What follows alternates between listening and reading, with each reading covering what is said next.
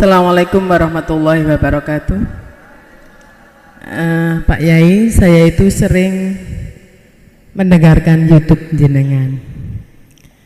Kalau tadi disampaikan oleh Bapak bahwa kita ini harus usul kepada Allah itu mulai kita masih hidup seperti ini, tidak nanti ketika kita sudah menghadap pada Allah, dalam arti kalau kita sudah meninggal, seperti itu nggih. Yang saya tanyakan, apakah dengan cara sholat wusta seperti tadi yang disampaikan bahwa pertama bahwa kita ini harus menghadirkan bahwa Allah itu adalah di depan kita, atau yang melaksanakan semua yang kita laksanakan pada waktu sholat itu adalah Allah, seperti itu. Apakah itu sudah dikatakan usul sama Allah? Terima kasih, hanya itu saja. Terus yang kedua, masih ada tambahan, apakah kita ini sebagai seorang muslim, kalau kita belum belajar ilmu thariqat, hakikat, makrifat itu, apakah masih pincang seperti itu? Terima kasih. Assalamualaikum warahmatullahi wabarakatuh.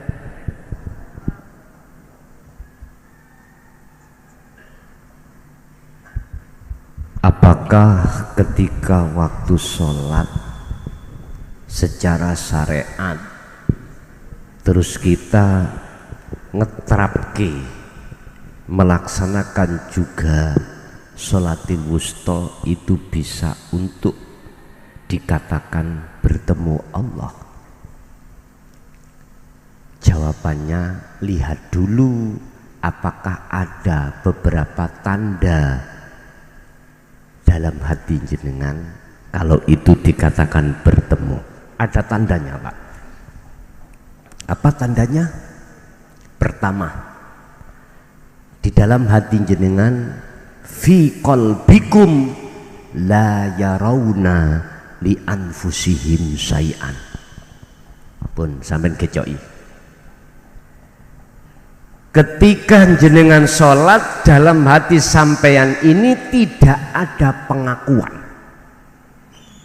kalau jenengan kali kula yang bisa melaksanakan sholat. Tidak. Dalam hal bertemu Allah niki bertingkat-tingkat, Pak.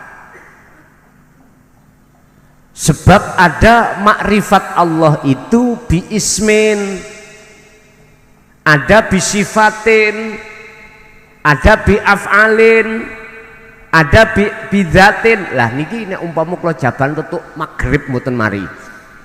Singkat kata aja, singkat kata. Tanda-tanda salah satu di antara orang yang sudah makrifat atau bertemu Allah, menyembah Allah pada waktu sholat, dalam hatinya sudah tidak merasa dan tidak ingat kalau dirinya yang melakukan. Satu. Nomor dua, bal yusyahiduna annal fa'ila wallahu ta'ala. Justru di dalam hati jenengan bergemuruh rasa atau iman yang bisa menggerakkan semua sholat ini hanyalah Allah. Yang Allah itu ada di dalam dan di luar diri jenengan. Surat Al-Hadid ayat 3, huwal awwalu wal akhiru wadh-dhahiru wal batinu. Wa qala aidan wa nahnu aqrabu ilaihi min hablil warid. Allah dawuh, aku iki, saya lebih dekat daripada urat nadi, urat leher. Mana dia? Laisa kamislihi syai'un. Sesuatu yang tidak bisa jenengan serupakan dengan sesuatu yang lain. Sesuatu yang tidak bisa kau sebut dengan sesuatu yang lain. Bahasane Pak Bu, mausufnya sifat hayat, hidup. Bukan hidup sing kula maksud sifat, tapi yang disifati itu Itulah Quran dawuh, wujudnya tidak bisa kau serupakan dengan sesuatu yang lain, tapi bisa Anda rasakan, tapi bisa panjenengan rasakan. Makanya tadi saya katakan, rasakanlah kehadiran Allah dengan seyakin-yakinnya. Saya yakin jenengan kalau sudah terlibat di dalamnya waktu sholat mesti nangis sampean. La ilaha illa anta subhanaka inni kuntu minadh. Itu pasti Bapak Ibu. Ini sejarah kisah Nabiullah Yunus di dalam perut ikan. Sudah merasa Allah dekat, makanya bahasanya anta. Anta itu engkau, panjenengan. Berarti kalau kita bicara anta, orangnya itu dekat sekali, Pak. Kalau kita bicara la ilaha illa huwa, huwa berarti jauh. Ini berarti Allah sudah terasa dekat. Yang ketiga, salah satu di antara tanda kalau jenengan tadi waktu sholat dikatakan bertemu Allah, jenengan kali kula niki tatmainnul qulub, ati iki terasa ayem jenjem tentrem, ya. Wis pokoknya lazatnya sholat, nikmat manisnya sholat terasa di dalam dada jenengan. Ini nggak bisa jenengan tukar dengan harga nilai dunia seisinya, nggak bisa, nggak bisa. Ditukar dengan bidodoro, bidodari, atau Sri Kandi, nggak bisa. Nikmat dan tentramnya itu tidak akan bisa ditukar dengan nilai rupiah berapapun. Walladzina amanu wa tatma'innu qulubuhum bidzikrillah, ala bidzikrillahi tatmainnul qulub. Surat Ar-Ra'd ayat 28 itu tadi. Gak bisa jenengan gambarkan dengan sesuatu yang lain bahagia jenengan. Kalau ini sudah ada dan betul-betul terjadi pada hati jenengan pada saat waktu sholat, maka inilah yang Allah katakan, inni wajjahtu wajhiya, sesungguhnya ku hadapkan wajah ruhku, wajhiya terhadap wajah Allah. Sifatnya Allah lilladzi fatoros samawati wal ard, yang menciptakan isi langit wal ardi lan bumi. Jadi ati sampean boten eling menyang isine langit lan bumi, tapi ati sampean iki madhep lan ingat pada sosok, mboten sosok, mboten. Nanti ora penak mosok Gusti Allah disosok-sosok. Pada sesuatu yang menguasai dan menggerakkan seluruh isi alam langit dan alam bumi. Jikalau jenengan betul-betul menghadapna wajhiya pada Allah ini, apa ayatnya? Wa ma ana minal musyrikin. Nabi Ibrahim itu sudah tidak lagi tergolong orang yang menyekutukan Allah. Berarti mafhum mukhalafah daripada ayat ini bagaimana makna kebalikannya? Jikalau hati jenengan masih menghadap terhadap isi langit lan bumi, maka ayatnya bukan wama ana minal musyrikin, manafinya itu harus, manafinya hilang terhadap kita. Wa ana minal musyrikin, dan saya masih tergolong orang yang menyekutukan Allah. Naudzubillah min dzalik. Tapi nek miturut pandangan syariat, pokoke salat, pokoke salat. Nggak pernah kita mau berpikir bagaimana nilai sholat ini di mata Allah. Wah, itu urusan Allah. Kita itu sering dibantah seperti itu, Pak Bu. ketika saat kami berbicara tentang masalah kekhusyuan sholat? Jawabannya apa? Sayyidina Ali enggak bisa kok.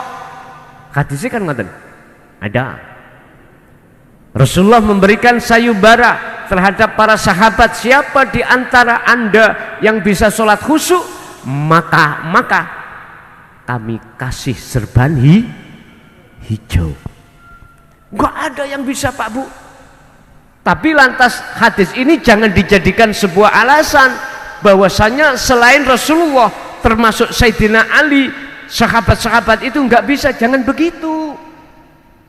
Coba tak buktikan, tolong dilihat di dalam surah Al-Mu'minun ayat 1 dan 2. Bagaimana Allah berkata, qad aflahal mu'minuna alladzina hum fi sholatihim khasyi'un. Wong mukmin,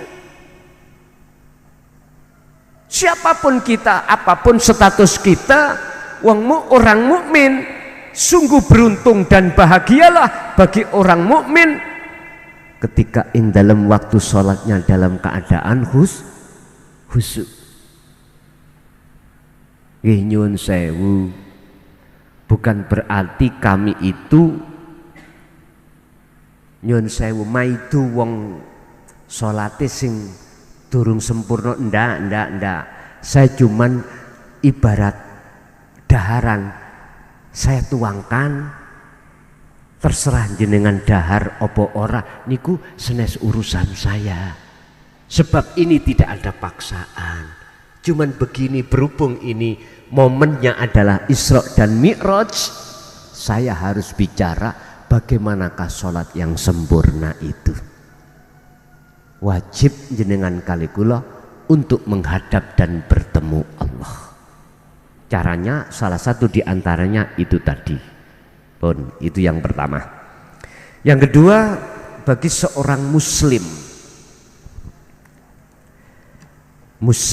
atau muslimat, muslimin atau muslimat, orang-orang Islam laki maupun perempuan, mohon maaf, miturut kami sebelum meninggal wajib belajar ilmu tauhid. Sebab apa? Risalah yang dibawa Rasulullah itu tidak cuman risalatus syar'iyah, akan tetapi juga hakikiyah. Yang diajarkan Rasulullah bukan ilmu syariah saja, akan tetapi juga ilmu tauhid. Huwallazi arsala rasulahu bil huda wa dinil haq, aidinu tauhid, liyudhirahu ala dini kulli walau karihal musyrikun. Setingkat kanjeng Nabi yang diutus Allah untuk membawa hidayah dan petunjuk di dalam agama yang benar, yaitu agama yang bertauhid, walaupun itu dicaci, dimaki oleh kafir Quraisy pada saat itu dulu, tetap Rasulullah sampaikan. Sekarang tugasnya. Tapi tidak pernah Rasulullah memaksa, enggak pernah. Semua itu tergantung umat. Ukurannya adalah hidayah. Ibarat gelas, kalau selama gelas ikut tutupnya sudah diambil, kita kasih air mesti masuk. Kalau gelas itu tertutup, kita kasih air pun tidak akan bisa masuk. Artinya Bapak Ibu, bil huda wa dinil haq itu statusnya adalah hak asasi. Monggo kerso, monggo enggak, monggo. Sebab mengapa saya katakan wajib hukumnya bagi seorang muslim laki muslimat perempuan itu wajib bertauhid. Tolong dibuka di dalam surat Al-Isra juga ayat 72. Itu menyangkut ruhaniyah kita Pak Bu, khususnya mata hati kita. Mangkana fi hadihi a'ma fahuwa fil akhirati a'ma wa adallu sabila. Barang siapa saat di dunia mata hatinya masih buta kepada Allah sebab terhijabi oleh sesuatu, maka di akhirat pun juga buta. Wa adallu, dan lebih tersesat abani sabilan, jalannya. Naudzubillah min dalik. Ini sebuah peringatan kita dari Allah langsung. Berarti tujuan ilmu tauhid adalah liyudhirahu 'ala dini kulli, untuk membebaskan jiwa kita dari belenggunya hawa nafsu. Pun dados niki terserah panjenengan bagaimana jenengan mensikapi. Tapi satu hal yang perlu kami sampaikan, siapapun kita, berstatus kaya, miskin, pejabat, rakyat, toh pada akhirnya mati. Kullu nafsin dha'iqatul. Tinggal pertanyaannya, sudahkah ruhaniyahmu tahu jalannya kematian menuju Allah? Monggo Pak, Bu, dipikir sama-sama. Ngoten nggih? Nggih, lanjut. Barangkali masih ada. Bapak monggo.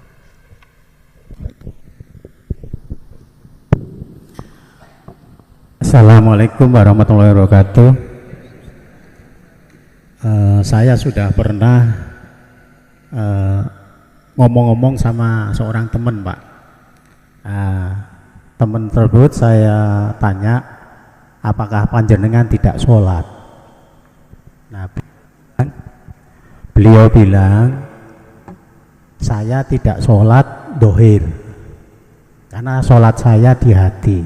Jadi setiap saat saya itu sholat. Jadi beliau tidak mengerjakan sholat 5 waktu. Nah, itu mohon penjelasannya. Yang kedua, tadi diterangkan sewaktu sholat kita itu harus menghadirkan Allah di dalam ruh kita dengan menyebut Allah, Allah, Allah. Sementara dalam hadis saya pernah mendengar, siapapun pada akhir hayatnya bisa mengucapkan itu berarti lisan, Pak, ya, la ilaha illallah, akan dijamin masuk surga. Mohon penjelasannya, Ustaz. Wabillahi taufiq ya. Assalamualaikum warahmatullahi wabarakatuh.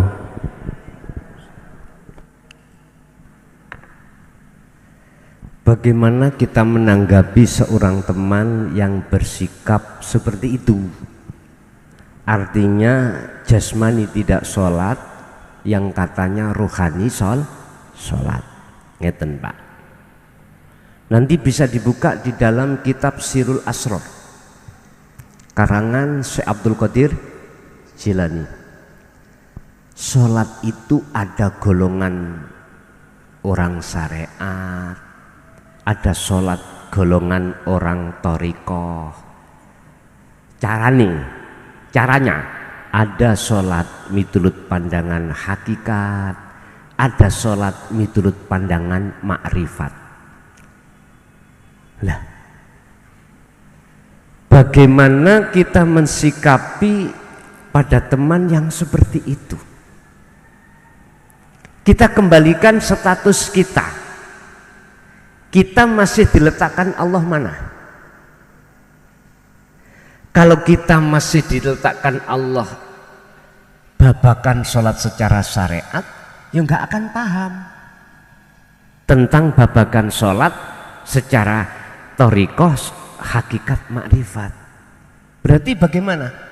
Ya sudah, sambil hati kita memohon petunjuk pada Allah, lakukanlah sesuai dengan kelas kita masing-masing.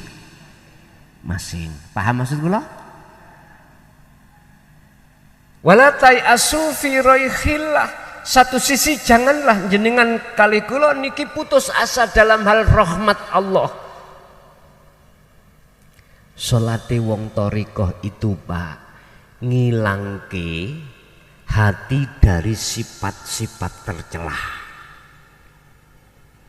Tapi dia juga secara jasmani tidak meninggalkan sholat 5 waktu. Sholatnya orang hakikat Bapak Ibu apa? Nafi isbat, ninggalno iman selain Allah, ati marak nuju iman hanya pada Allah. Terus jasmaniahnya bagaimana? Ada Bapak Ibu yang beliau itu juga menjaga sholat secara syariat. Karena sistemnya beliau melakukan sistem wasilun. Wasilun itu apa? Dari bawah ke atas. Misalkan jenengan mau ke loteng, wajib hukumnya jenengan ini mencari tangga. Karena kita nggak punya sayap, beda dengan burung, langsung pur, langat ya. Rasulullah juga begitu. Oleh karena nggak punya sayap, maka pakai buruk. Allah menyiapkan buruk untuk tinggal landas nih. Bapak Ibu hadirin, kalau orang memakai sistem majdubun beda lagi. Apa sistem majdubun? Sistem di mana dia itu terbuka langsung awal-awal hatinya tentang zatnya Allah, sehingga dia itu lupa akan dirinya, akal juga lupa akan urusan dunia. Laksana orang tidur.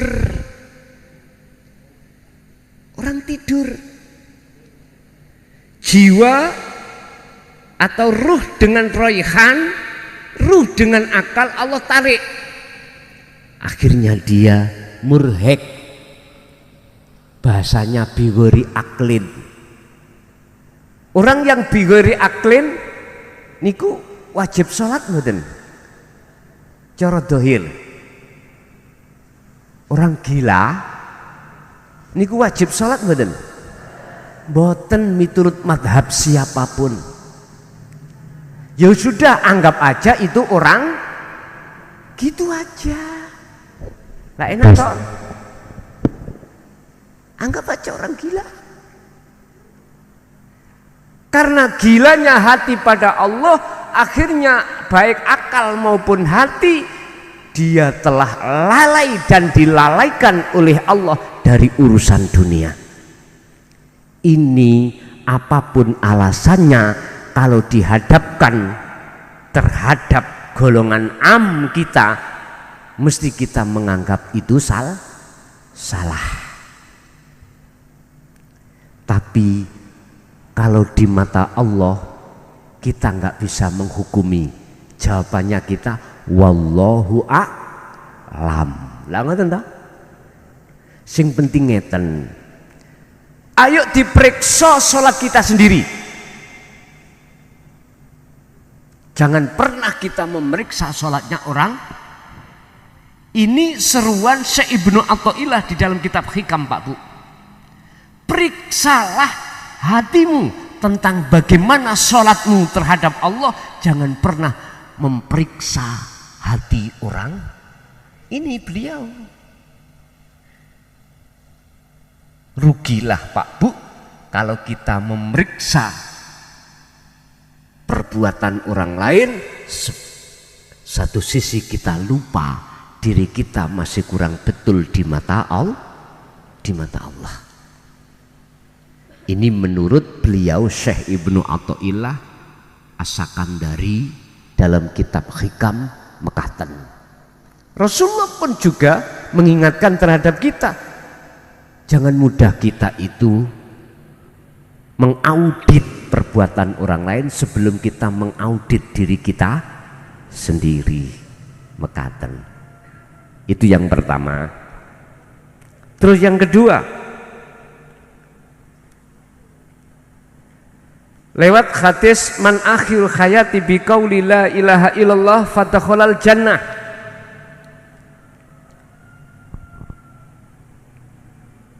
siapa yang akhir hayatnya itu bisa mengucapkan kalimat tauhid la ilaha illallah fadakhalal jannah, maka dijamin surga. Pak Bu, saya bertanya, surga pahala itu makhluk napa kholik? Makhluk ciptaan Allah, betul? Jenengan sholat yang dimaksud lillahi ta'ala menghadap siapa?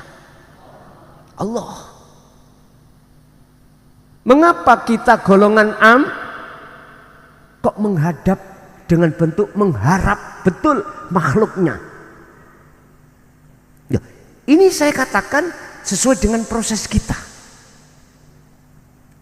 Kita yang belum mengerti sholat wusta mesti seperti itu, Pak.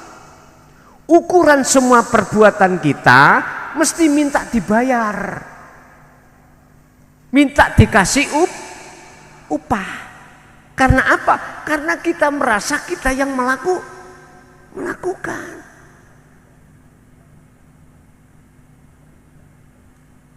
Bab di dalam masalah sholat, Pak, wajib hukumnya sampai lillahi ta'ala. Maksud karena Allah itu kita tidak ada tendensi apapun selain Allah, termasuk surga, termasuk neraka dijauhkan, termasuk pahala. Nggak boleh miturut loh, niki lho, miturut golongan orang yang sudah istiqomah sholat wustonya.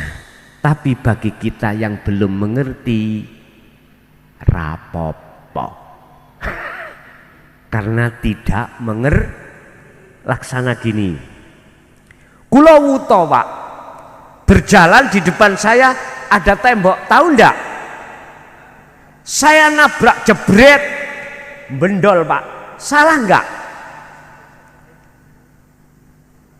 Nek menurut kula mboten salah, karena saya tidak tahu. Yang salah adalah bagi mereka yang tidak buta, ketika saat saya berjalan tidak dituntun, tidak diingatkan, tidak dikasih tahu kalau di depan saya ada tembok. Nyun sewu, makanya kami berkewajiban untuk ngenahke sinten sing sampean kali kula sembah niki. Sing penting wis tak kandhani. Urusan percaya gak percaya bukan urusan saya. Sebab mohon maaf, siapa yang didapuk wajiban untuk tablek? Di antara beberapa sifat 4 Rasulullah, sidik, fatonah, tablek, aman. Siapa orang yang didapuk untuk tablek? Al ulama'u warasatul. Sebab nyun sewu, nek ulama sampai gak berani untuk mengatakan hal ini, mohon maaf, bukan sing salah kita sebagai umat, Pak Bu. Besok sing ditagih adalah pertama kali adalah ulama. Kecuali ulama sudah katakan, sudah Gusti saya ingatkan di depan ada tembok, saya ingatkan tentang panjenengan yang harus disembah, tapi ini ditolak oleh umat persis seperti Nabiullah Yunus alaihissalam. Kaumnya itu menolak semua risalah yang dibawa oleh baginda Yunus. Akhirnya Nabi Yunus niku keluar dari kaum itu sambil berdoa, ya Allah, hancurkan umatku yang menolak ajaran risalah panjenengan.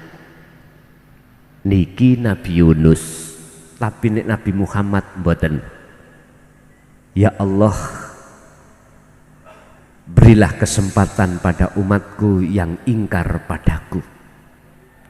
Sebelum kematian dia mau bertobat. Sebuah kisah, beliau itu setiap berangkat sholat subuh, tetangganya itu meludah terhadap beliau. Beliau nggak akan pernah mencaci atau membalas, enggak. Sampai pada satu saat tetangga itu jatuh sakit, Pak. Tiap hari niku, Pak, tiap berangkat sholat subuh, terus beliau menunggu ludahnya kok gak teko-teko, karena beliau sakit. Akhirnya beliau itu sholatnya menjadi makmum masbuk, makmum yang tertinggal. Sahabat salah satu memberikan tahu, ya Rasulullah, tetangga jenengan yang biasa meludah jenengan itu jatuh sakit. Bapak Ibu, inilah salah satu keistimewaan beliau. Belum ada satupun kerabat sahabatnya yang menjenguk kecuali baginda Rasulullah Sallallahu Alaihi Wasallam, orang pertama kali yang menjenguk. Akhirnya apa? Lewat sikap sifat beliau berdakwah seperti itu, akhirnya beliau luluh mengucapkan asyhadu an la ilaha illallah wa annaka Muhammadar Rasulullah. Ada lagi lebih ekstrim, putrane Abu Jahal. Sinten namine? Wong iku gede dukur, gagah, dempal. Putrane Abu Jahal. Mulai sejak kecil didoktrin oleh Abu Jahal untuk memusuhi Rasulullah. Sampai pada satu saat dia memimpin peperangan, mulai dari perang Badar, perang Uhud, perang Khandaq. Tapi terakhir ketika perang di mana Futuhul Ka'bah, Mekah. Asalnya Rasulullah kan terusir dari Mekah toh ke Madinah, ya dah. Terus merapat ke Mekah. Di situ ada putranya yang memimpin, putranya Abu Jahal untuk mempertahankan kedudukan kaum Quraisy. Abu Jahal sudah meninggal pada saat itu. Apa Pak? Semuanya dilibas oleh pasukan Muslim. Putranya Abu Jahal lari. Tapi dalam pelarian dia itu justru malah menemukan satu hidayah. Coba Rasulullah memaafkan sih, setingkat Rasulullah nih lho Pak. Sifatnya memaafkan musuh manakala musuh itu sudah bertaubat. Yuhibbukumullah wa yaghfir lakum dzunubakum. Sebesar apapun dosa jenengan kali kula datang Allah, baik dosa jasmani yang ditimbulkan ataupun ruhani yang ditimbulkan, selagi jenengan mau bertobat tetap wa yaghfir lakum dzunubakum. Allah mengampuni, tinggal kita mau apa ndak. Bentuk kita untuk bertobat yang nasuhan, dandani sholat, titik.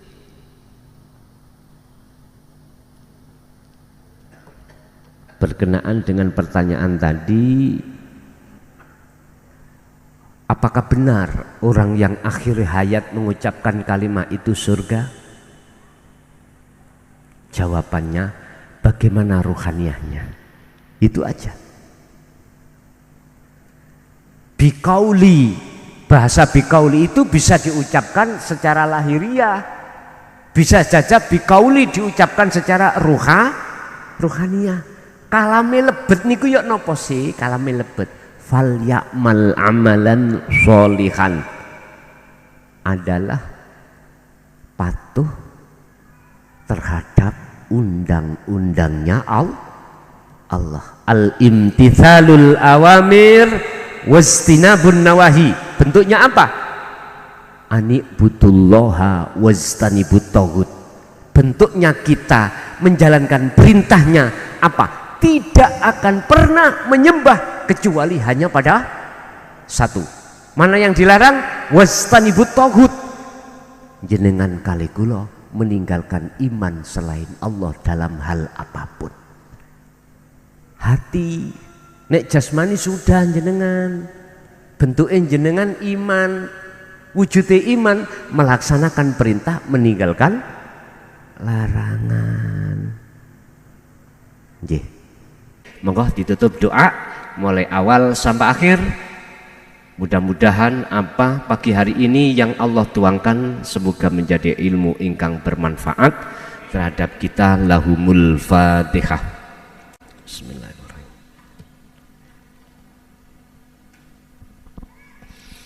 Allahumma sholli wa sallim ala sayyidina Muhammad. Alhamdulillahirabbil alamin.